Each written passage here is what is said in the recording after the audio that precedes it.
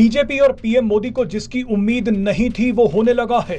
BJP के सहयोगी दलों ने शपथ ग्रहण समारोह से पहले दबाव बनाना शुरू कर दिया है।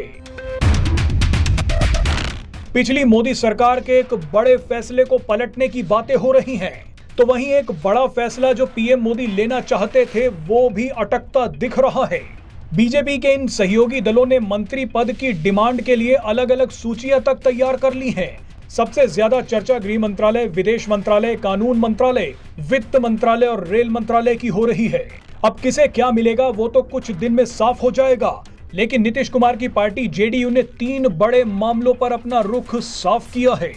ये 3 मुद्दे हैं अग्निपथ योजना, यूनिफॉर्म सिविल कोड और वन नेशन वन इलेक्शन। सबसे पहले बात करते हैं अग्निपथ स्कीम की, जो मुश्किल में पड़ सकती है।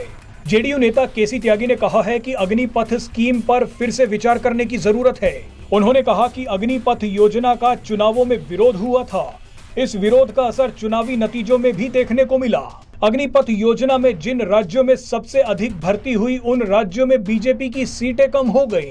जिस समय मोदी सरकार अग्निपथ योजना लाई थी, उस समय बिहार में जबरदस्त विरोध प्रदर्शन हुए थे।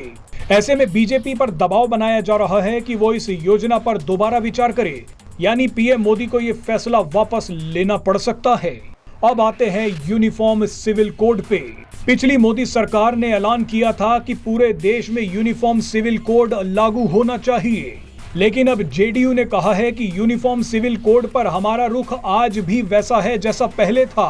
हमने तब भी कहा था कि इस बड़े मामले पर सभी स्टेक होल्डर्स को साथ लेकर चलना होगा, सबके विचारों को समझने की जरूरत होगी। यानी यूनिफॉर्म सिविल कोड भी फंसता हुआ दिख रहा है। इसके अलावा वन नेशन वन इलेक्शन पर जेडीयू ने सरकार का समर्थन कर दिया है, लेकिन अग्निपथ योजना और यूनिफॉर्म सिविल कोड मुश्किल में फंसते दिख रहे हैं।